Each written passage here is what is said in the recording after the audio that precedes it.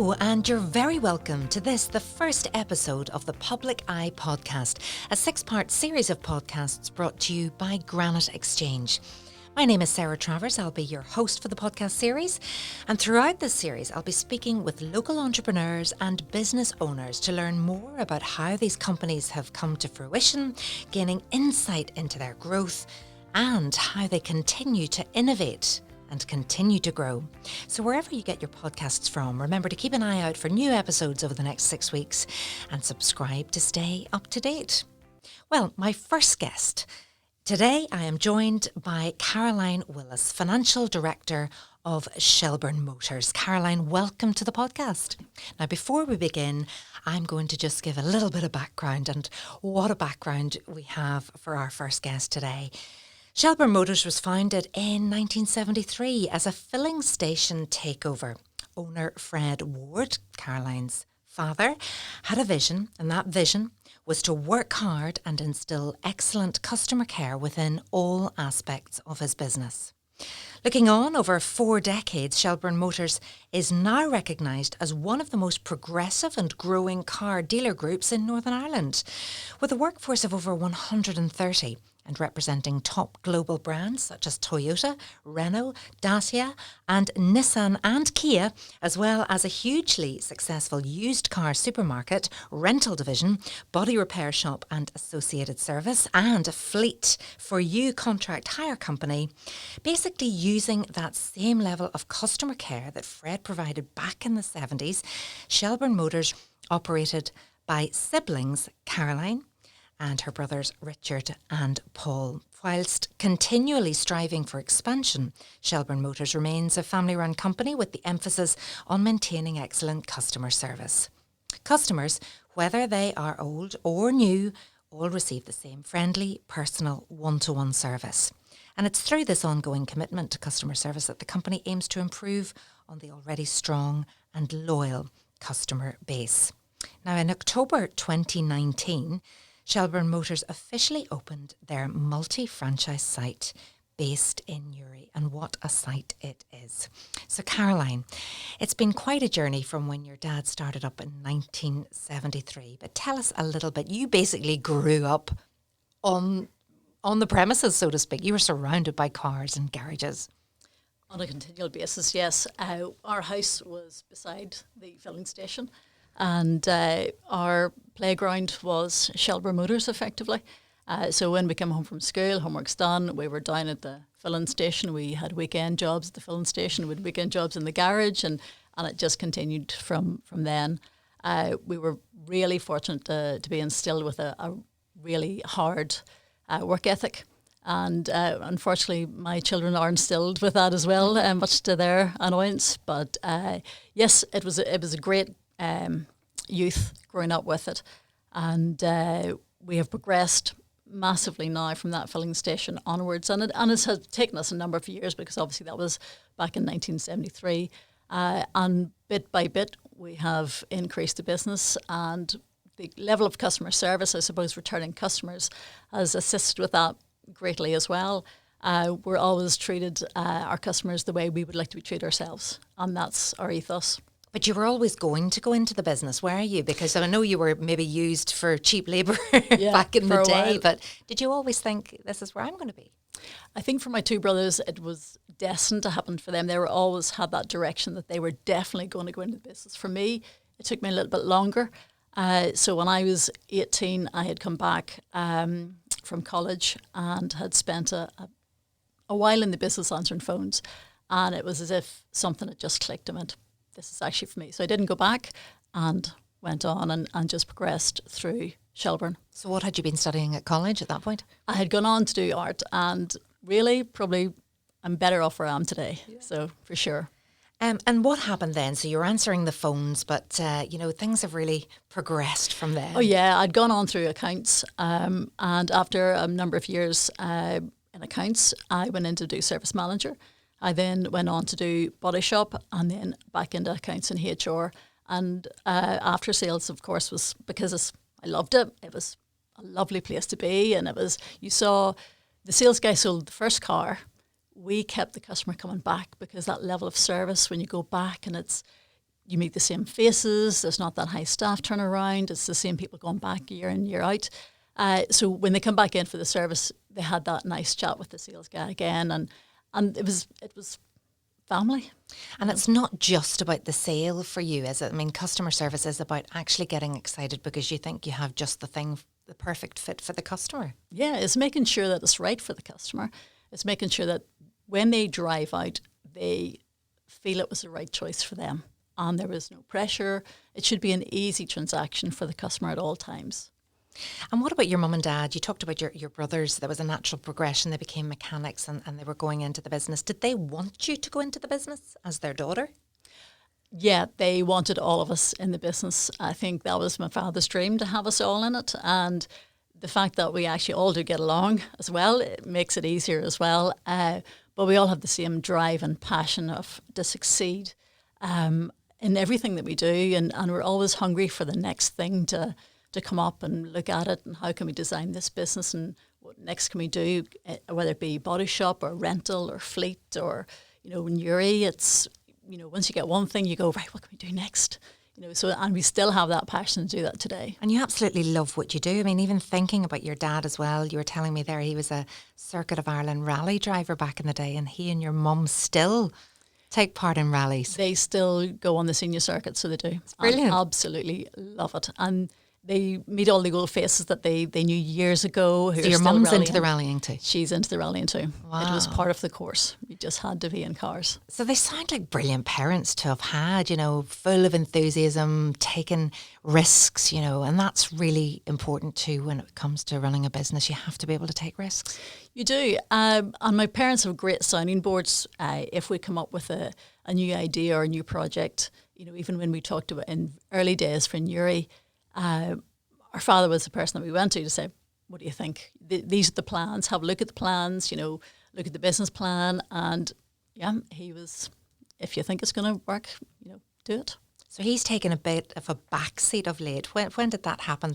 Because it's difficult, isn't it, in a family business, and the next generation is taking over, and you don't want to let go, but you have to at some point. So how has that transition been? Well, he was a very brave person to do that. There's lots of businesses out there that the second generation do get a chance because the first generation holds on to it really tight. He stepped back maybe 15 odd years ago. He's still very much in the business. I mean, he's drives all over the country for us, and he, anything that we need doing, he's the first person with his hand up to go, I'll do that. So he still takes an active part within the general business. But yes, we were really fortunate that he was brave enough to give us the mantle and let us carry on with his idea, I suppose.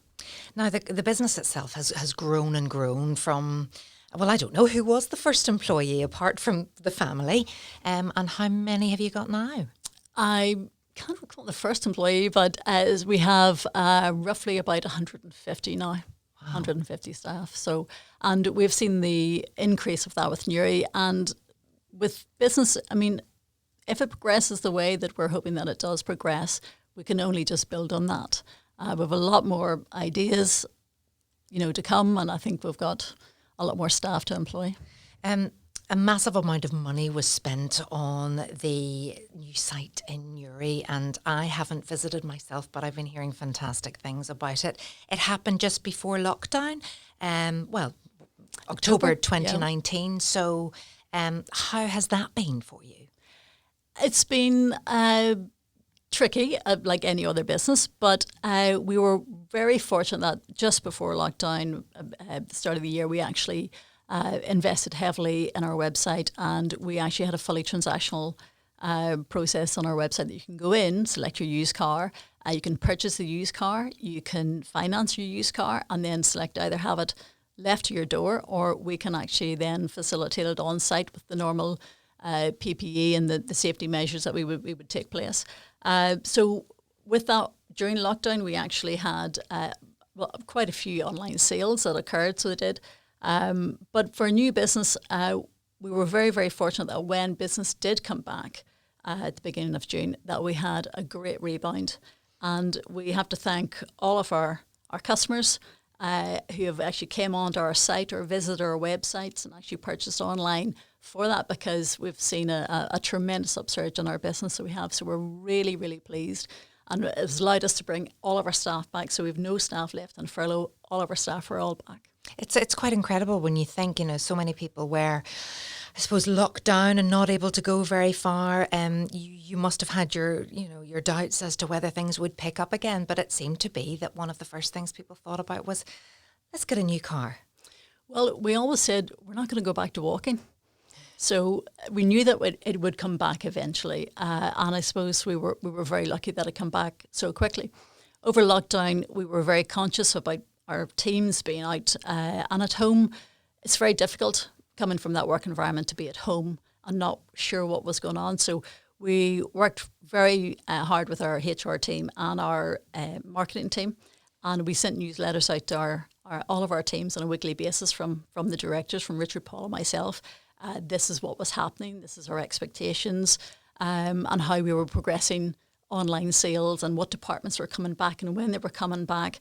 So you had that relationship the whole way through, and then people were not left in the dark or not wondering if they didn't have a job, or we tried to keep that communication going at all times with them. And I suppose the changes that have taken place in both the way cars are manufactured and made now, and talking about driverless cars around the corner, whether that's true or not, the way that you sell cars, the customer knowledge is so much greater. It's totally transformed from your dad's day. Oh, for sure. We find that a lot of the customers now do the research online. So as we talked about earlier, the normal customer years ago would have been visiting the site maybe 2.63 times for every purchase that they made.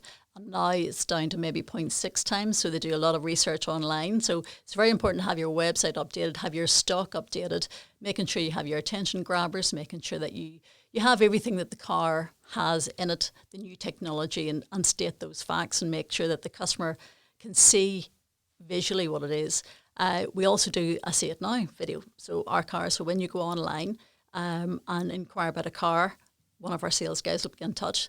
They will then do a personal video and send that to you. So you don't actually have to have much contact at all. No. But you still are keeping that relationship. And you have that personalisation with that salesperson. So I'd be, I'm Caroline and this is your vehicle. I'd walk around the car, I'd show you the vehicle, I'd open the doors, I'll show you the interior, I'll tell you all the points that it actually has, the benefits of actually owning this car, and then you'd be sent them. So you don't go on the test drive with the customer anymore? If the customer comes in, we will test drive behind them. So we will we talk to our insurance company. We were able to have soulless test drives carried out, but we will drive behind them. So if they're unsure of where to go, they can stop the car, they can pull in, they can ask a question, so that's what we try to do. So to try and make sure we have our correct measures in place. And, the technological advances too in car manufacturing are incredible. I mean, the offering is so fantastic now. I'm actually looking for a new car myself at the minute, and I'd been very interested in an electric car. So the customer really, I've been doing an awful lot of research. Have we enough charge points? All of those things, but there's so much knowledge that you need to have about what the car can do. Exactly, and electric is the way forward. You've got plug-in, you've got hybrid, you have your fully electrical vehicle. It's even going into commercial vehicles now as well. And we can see a rise in electric vehicles on a continual basis. I think 10% of the registrations in 2020 so far were electric. So this is an advancement.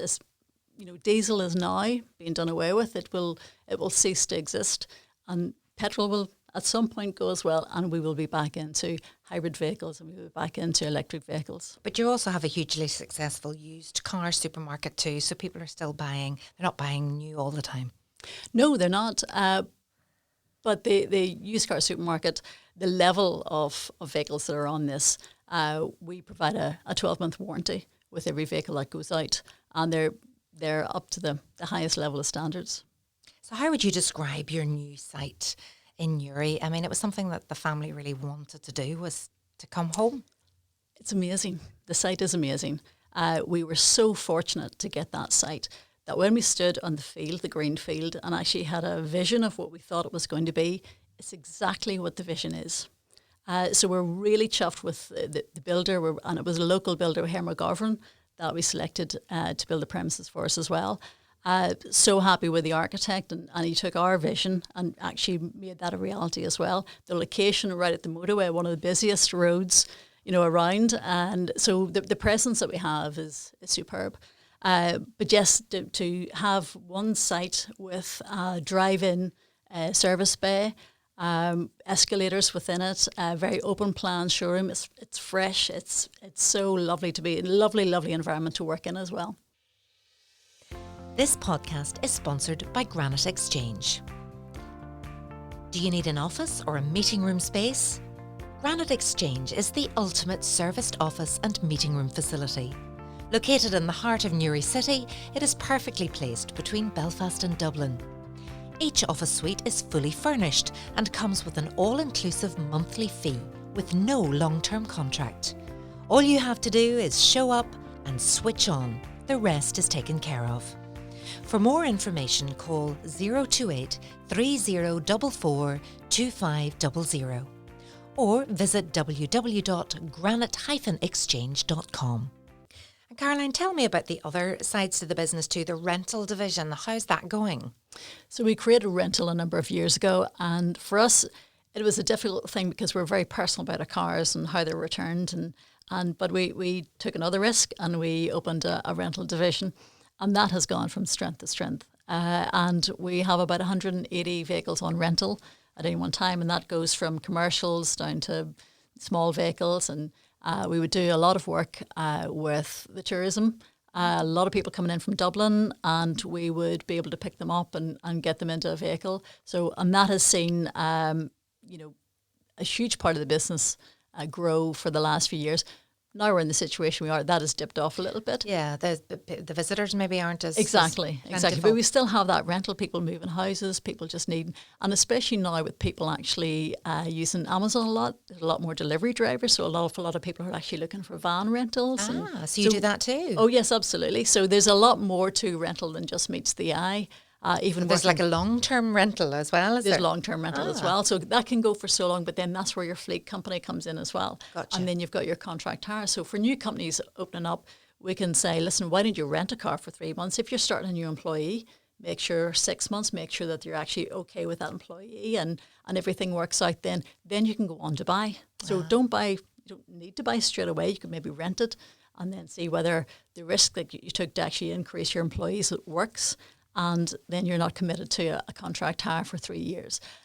But if you then want to come buy a car, then our fleet company steps in, and then we can provide not just the brands that we have, but any brand. It doesn't matter what that brand is. If we're able to do the business, then we will source it for you. And how popular is the fleet side of the business? It's really popular. A lot of businesses are using us now, and that's something that we've been growing in the background. So it is.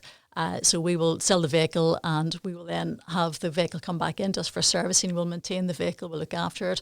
We then create a relationship with that company. So for any company vehicles, if they increase their company size, then they'll come to us and we'll provide the vehicles for them. You're constantly evolving. Is there anything else in the pipeline or any goal that you haven't achieved yet that is a bit of a dream? I think there's a lot more to be had for Shelburne. I think at the minute we're just going to stabilise where we have. We're going to see how the climate works for the next year, and then we'll look at something else for sure. And it was important for you to come back, come home to Newry because that's where you're from. Yeah, we've been, I suppose, for a long time trying to get a location and the franchises that worked, and it was timing. We'd looked at different things over the years, and it just didn't work out. And then when this opportunity came up, we had to take it. We absolutely had to take it. And there is no looking back. It was one of the best decisions we ever made.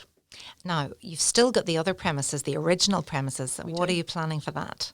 Well, the original premises that we have a Renault, we have Nissan, we have Dacia, we have a used car supermarket, we have Toyota, we have a body shop on it, we have a rental department on it, and we have alloy wheel repairs on it. So there's quite a bit going on that side currently. So there is. At the minute, yes, it'd be lovely to do a lot, but at the minute we'll stick with what we have. And also you're talking about the next generation coming through. So we have a third generation possibly coming into the business. Tell us some more about that. Well, we have a third generation in it. My brother Richard, his son Jack, is in Renault sales at the minute. So yes, he has learned the hard way as well. He's gone through some of the departments. He's gone through the parts department. He's gone through the valet department. And now he's moved into the sales department, and he's done exceptionally well. So my children are still a bit young. My daughter's coming 17. My two boys are 14 and 11, and Paul's children are coming 17 and 14 as well. So there's a wee bit to go for them, but certainly for us, we would love to see them in it. Would you love? Because sometimes you talk to parents and they think, no, do you know what? I think they need to go and do something else. But Shelburne Motors is just a joy for you. It's not just work at all, is it? It's not work. It's a life. Part of you. For us, it's a lifestyle. It's something that we've chosen to do, and it's something that we really enjoy on a daily basis. And I think if you don't love what you do, you don't have the passion. And I would say we still have plenty of passion. I often say it's that, why do you get out of bed in the morning and why should anybody care? Yeah. Oh, for sure. And that's what I'll say to my teams as well. You have to love what you do. Coming into work in the morning, it has to be the right place. It has to be right for you. And you have to make something. You have to work at everything, really. What's been the biggest challenge for you? I don't know whether that's been a personal or professional or perhaps juggling both at times, but what would you say has been the biggest challenge over the years? I suppose it's how we manage our growth. It's tricky to get it right because, we have come up through management and I suppose now we're trying to teach others how to manage as well. And it's getting those people to see our drive and passion and trying to get them to be that same person. That's a difficulty. Now we have a superb team, really, really superb team. And even the new team that we have in Uri have excelled, so they have. There's challenges on a daily basis. Massive challenges? There aren't really any massive challenges.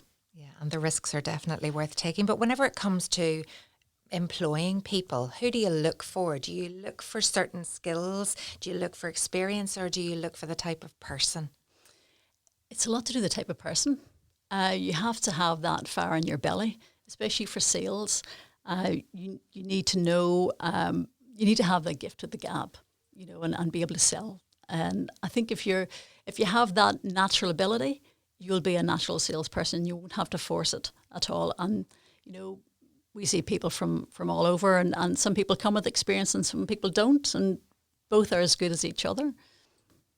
And for anybody listening to this who might be interested in buying a new car, what should somebody be looking for and checking out when they're thinking, I don't know what the next new car is going to be for me?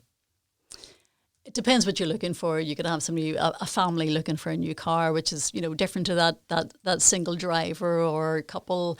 It really depends. Even for commercial, go online, see what's out there, look at the web experience, use your online chat methods that are provided online. Again, do your homework. Most people already have the car in mind. They've already picked it. They've already looked at the website, maybe had 2 or 3 cars at one point and comparing one against the other, comparing mileage, comparing prices, comparing interior, comparing colour. And they will already have done all that homework. So when they actually come to our dealership, what they're looking for is that reaffirmation of what they already know. So if our sales team are doing that job, then we will get the sale. What does a good day at work look like for you? Happy customers and happy staff. That's a good day at work. But it's even looking and seeing how many cars that we've sold, how many hours we've sold, making sure that we're on target, and even just sitting with the nitty gritty with our managers, talking about where they're going to forecast, how they're going to finish, how they're going to get there, and being able to give them ideas or look at certain areas and look at problem areas and then provide solutions with them so that they can go back and actually get that department changing and turning. And yet, most days are good days. And what sort of leader would you say you were? What if you would like to be remembered in a certain way? What? Obviously, we're not at that stage yet, but what would your legacy be? I think fair. I think if you come in and you work hard at what you do, I think fairness. It's. I think fair. The purpose of this podcast is to inspire existing business owners and those ambitious entrepreneurs out there to grow their business by offering insight into the success of local Newry companies like your own, or definitely now you've come back home. What advice would you give to anyone out there listening that perhaps maybe has a business idea like your dad had back in the day, but they're unsure whether it would work or unsure whether to take the risk or not? What would you say to them? Research. Do your research, look at your marketplace, look at your product. Is there a place for it? And if you feel that there is, do your business plan up, be very prudent with your business plan and take the risk. Well, thank you, Caroline, for joining me today. It's been an absolute pleasure to meet you, and continued success for Shelburne Motors. So you can join me on the next episode when I'll be talking to Jonathan McKeown from JMK Solicitors. Have a great day. This podcast was recorded in Granite Podcast Studio.